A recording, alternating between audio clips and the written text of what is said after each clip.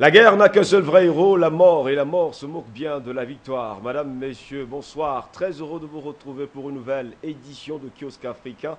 Nous sommes le mardi 4 février de l'an de grâce 2014 et la grande information traitée par nos confrères de la presse africaine ce mardi, c'est tout simplement les 20 ans après le génocide qui fit quelques 800 000 morts au Rwanda. La France, souvent critiquée pour son rôle dans ce drame, juge pour la première fois à partir en tout cas d'aujourd'hui un Rwandais accusé de complicité dans les massacres. Et bien sûr, pour décrypter l'actualité et surtout l'information traitée par nos confrères africains, nous avons comme confrère et surtout décrypteur notre confrère qui est tout simplement Raoul Pépin Benabena qui est encore là ce soir. Bonsoir Raoul. Bonsoir Steven Goss, en tout cas le devoir nous en appelle encore ce soir.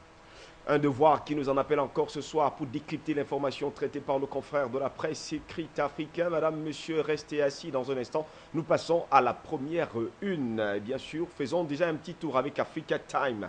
Génocide rwandais, le capitaine Pascal Sibikangwa devant la cour d'assises de Paris. Selon Africa Time, qui en fait l'écho, le capitaine est accusé de complicité dans le génocide rwandais. Il devrait donc répondre de ses actes devant la cour d'assises de Paris. C'est une grande première en tout cas. Oui, Raoul Pépin pour qu'un Rwandais soit jugé sur le sol français. surtout qu'on sait que la France a défendu longtemps cette position de ne pas juger les génocidaires rwandais de 1994 parce que la France a estimé qu'à un moment donné, les lois qui jugent ces génocidaires sont sorties après que l'acte soit posé. Ça veut dire que c'est les textes de 2000 et de 2006 qui, aujourd'hui, mis en pied, jugent forcément ces génocidaires qui ont érigé domicile, il faut le dire, pour la plupart en France. Mais rappelons que c'est également une grande première, vous l'avez si bien dit, sur le territoire français, quand on sait la réticence de la justice française face à ce genre d'événement, après que la Belgique ait déjà pris le relais en 2001, parce que la Belgique était le premier pays à juger un génocidaire, c'était en 2001. La France Exact. a longtemps excité, a longtemps refusé, et grâce à la pression de pratiquement 5 organismes internationaux, la France aujourd'hui cède à la pression internationale également. Je vous rappelle que la France a également été jugée coupable, je crois, par la Commission européenne des droits de l'homme.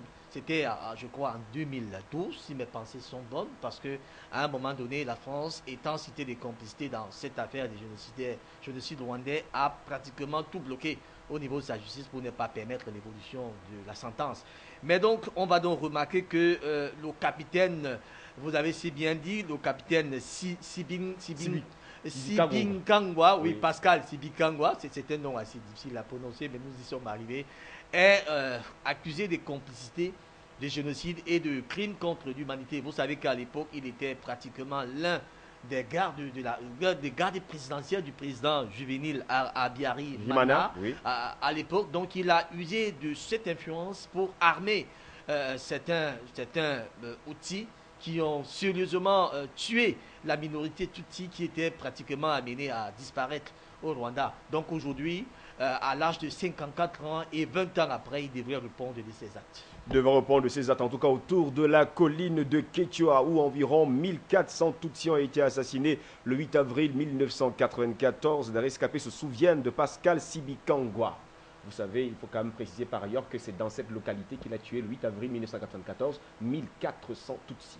En tout cas, vous le dites si bien, et je voulais revenir d'ailleurs sur ces chiffres qui sont contestables parce que l'autorité rwandaise aujourd'hui parle d'un million deux cent 200 mille 000. hommes qui ont Oui. été tués et les Nations Unies nous brandissent un chiffre de De 800 800 000. 000 personnes. Bon, ben on ne peut que s'en tenir à ce chiffre officiel. En tout cas, pour l'instant, M. Pascal Sibikangwa est accusé d'avoir tué à lui tout seul 1400 Tutsis. C'était le 8 avril 1994. C'était sur la colline de Ketio. Et bien sûr, les habitants de cette colline se rappellent bien de lui. Mais il faut également préciser, Raoul Pépin, 20 ans après le génocide, les relations entre Paris et Kigali peinent à se relancer malgré une faut dire, réconciliation officielle en 2010. Il faut dire que ces relations étaient quasiment relancées par le président Sarkozy. Lorsqu'il arrive au pouvoir, il a voulu bel et bien relancer ces relations qui ont d'ailleurs subi cette rupture, vous l'avez si bien dit. Mais depuis que les relations ont été relancées, il y a une espèce de froideur parce qu'il n'y a pas là cette relation de confiance entre ces deux pays. La France étant toujours vue du côté du Rwanda comme un traître. En tout cas, pour l'instant, on connaît toujours une chose simple, c'est qu'il y a toujours la fluctuation au gré de procédures judiciaires qui nourrissent les soupçons sur le rôle de la France sur le génocide rwandais en 1994. Nous passons à une autre une. Cette fois-ci, c'est Kaloum Press qui nous parle du testament de Nelson Mandela, sa fortune évaluée à 4,1 millions de dollars, soit un peu plus de 3 millions d'euros, ce qui est l'équivalent de 46 millions de rands qui a été rendu public hier, lundi. Kaloum Press faisait bien de relever qu'il ne serait pas exagéré pour une personne de son rang mondial que de signaler que Nelson Mandela a quand même eu une fortune de 4,1 millions de dollars. En tout cas, ce n'est pas une fortune en tant que telle pour un homme de sa carrure, une fortune assez modeste comme l'ont d'ailleurs qualifié certains confrères, 46 millions de rands, soit 4,1 millions de dollars, vous l'avez si bien précisé, et également un peu plus de 3 millions d'euros, vous pensez, à répartir entre une trentaine de petits-fils et enfants et pratiquement, y compris certains de ses proches collaborateurs, des lycées et des universités dont il a parcouru. Nelson Mandela, je crois qu'il n'était pas venu sur cette terre pour se faire de la richesse. Donc, on a tout fait de prendre ce monsieur comme étant un exemple parce que lorsqu'il lègue cette fortune, sa femme actuelle, qu'on appelle Macha Gracia, Oui. l'ex-épouse de Samora Machel, on sait dans quelles conditions il a été pratiquement assassiné, l'ex-chef d'État mozambicain, paix à son âme. Alors son épouse qui finalement vient se remarier à Nelson Mandela a droit à 50% n'est-ce pas, de cet héritage qu'a légué le roi Mwadiba, je me permets l'expression roi parce que en réalité il n'y a pas eu mieux sur cette terre ces années du 21e siècle. Alors je voudrais rappeler également que cette fortune a été publiée lors d'une conférence de presse. Ça veut dire que la presse, Hier lundi, ça il faut le tout le préciser. monde entier a été pris à témoin pour dire, mais écoutez, cet homme dont on pensait qu'il avait des milliards et des milliards n'a qu'une fortune comme celle-ci et qu'il s'engage à repartir entre tous qui ont pratiquement fait partie de sa vie, y compris son parti qui est L'ANC, l'African National Congress. Vous comprenez donc que c'était une particularité, c'était un homme extrêmement rare. On n'en aura peut-être plus de ce genre de ce monde. Dans ce monde, en tout cas pour l'instant, le monde et surtout le Seigneur n'en faiblit plus vraiment. Quelques 4,1 millions de dollars, c'est la fortune de l'ancien président sud-africain Nelson Rolihlahla Machop Madikiza Madiba Mandela, dont le testament a été ouvert lundi, qui lègue à sa famille son parti, l'ANC et 6 écoles chères à son cœur.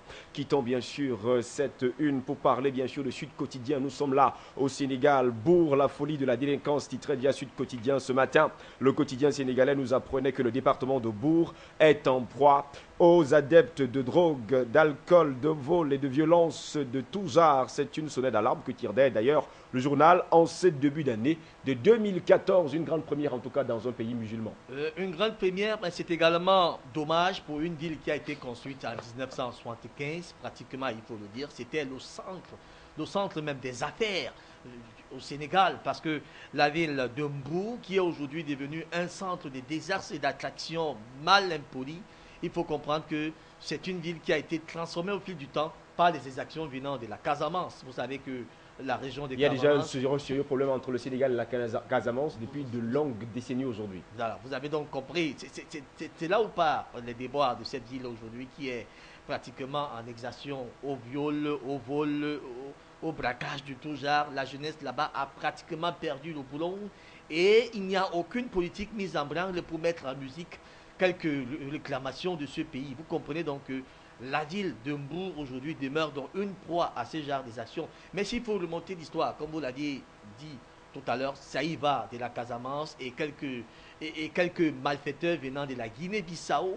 qui se sont... C'est quand même un fief où on fabrique quand même de la drogue. Vous avez si bien dit, vous comprenez donc pourquoi cette ville qui est au centre de toutes ces partitions se retrouve pratiquement aujourd'hui comme étant la proie de tout ce qu'on peut décrire aujourd'hui.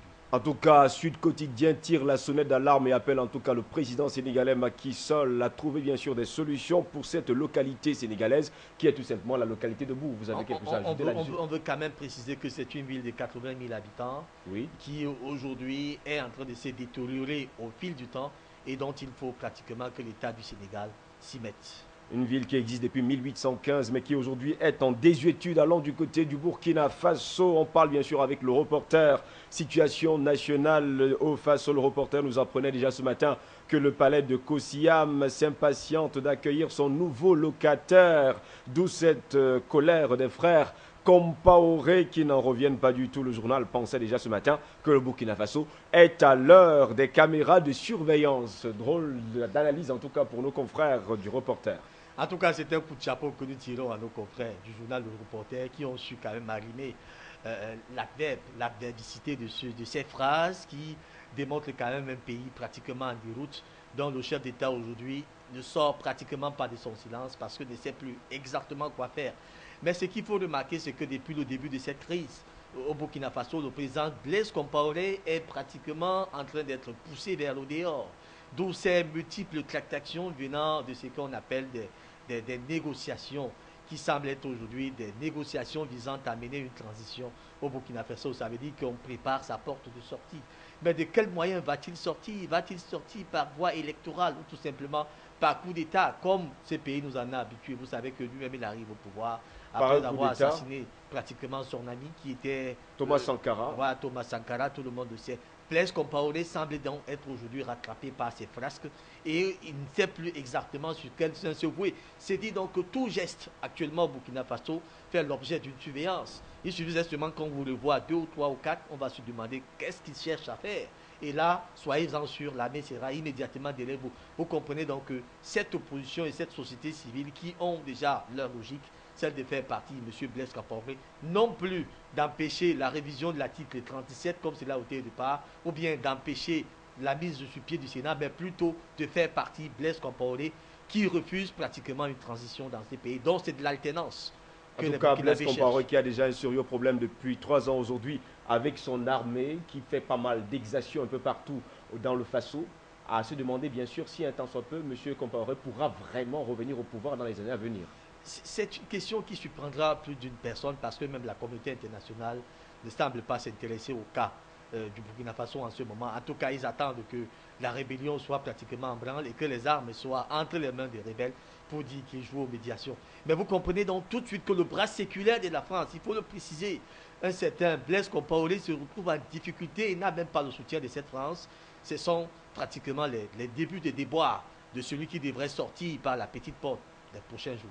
En tout cas, on attend avec impatience qu'il y ait quand même une élection du côté du Burkina Faso pour savoir si un temps soit peu le président du Faso actuel, Blaise Compaoré, restera au pouvoir ou non.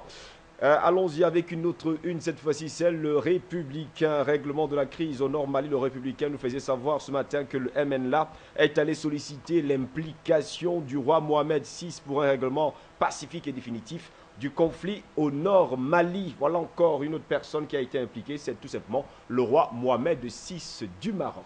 C'est une crise qui est absolument compliquée.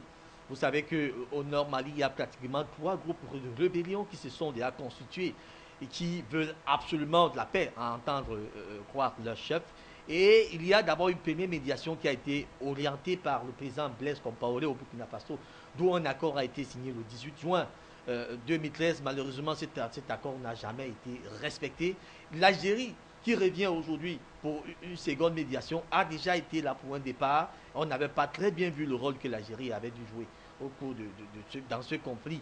Voilà pourquoi ces exactions, ces partis en conflit estiment, parce qu'il y en a 3, il y a d'abord le MLA qui précise qu'il veut bien que le Burkina Faso reste encore comme médiateur de ce conflit, mais avec l'alternance, avec l'appui du roi Mohamed VI. Oui, du Maroc. Et il y a également le Haut Conseil de libération de la Zawad qui demande à l'Algérie de prendre des choses en main. Et le Mali lui-même, alors, la position malienne jusqu'à présent n'est pas connue. Ce qui est sûr, c'est que le président Ibeka veut que ce conflit soit résolu. Et cela sera résolu sur son territoire, parce que des pourparlers vont désormais avoir lieu sur le territoire malien pour permettre, n'est-ce pas, à toutes ces parties d'être quand même en sécurité. Allons-y directement au Mali avec le soir de Bamako qui nous parle à l'épreuve des 5 mois de gestion du pouvoir. Le soir de Bamako nous disait déjà ce matin que les Maliens s'interrogent sur la capacité du président IBK. Selon le journal, le président sera encore en observation puisque jusqu'ici, aucun acte fort ne qualifie le régime qu'il conduit depuis 5 mois seulement.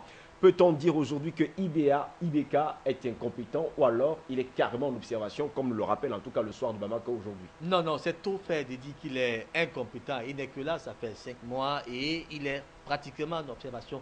Mais il faut dire qu'il bouge trop. On le voit se déplacer un peu partout. On le voit pratiquement au Burkina Faso, on le voit en France, on le voit. C'est quelqu'un qui recherche quand même des solutions pour sortir son pays de cette longue et grave crise dont le Mali a fait l'objet il y a un moment. Mais le seul acte fort, et il faut le regretter, ce sont ces arrestations du général Amadou Yaya Sanogo. C'est pratiquement cette inculpation du général ATT qui devrait peut-être répondre de certaines des actions commises pendant son pouvoir. C'est ces arrestations diverses des généraux des corps, des hauts gravés de ce corps, qui doivent répondre d'un certain nombre de faits au Mali. Mais aucun acte fort de façon diplomatique n'est jusqu'ici relayé par le pouvoir IBK. On attend peut-être dans les prochaines semaines ou les prochaines heures, il y aura quelque chose de positif. Pour certains Maliens, quand même, aujourd'hui, ils mettent la charrue avant les bœufs. Mettre la charrue avant le bœuf, ça y va peut-être de la vision du président malien. Vous savez, lorsqu'il arrive au pouvoir, il a inspiré conviction. Le Oui. peuple malien l'a voté dans son immense majorité. C'est dit que c'est quand même quelqu'un qui rassemble un certain nombre de conditions, même si on sait que c'est le chouchou de la France. Encore cette malheureuse de France, on ne sait pas si exactement la France va le conduire dans le bon chemin ou dans le mauvais chemin, comme elle a conduit beaucoup d'autres pays africains. Mais Sans oublier, bien sûr, Amadou Toumani nous en Touré. appelons à la sagesse du président Ibeka, qui est soutenu, il faut le dire, résolument par son peuple. En tout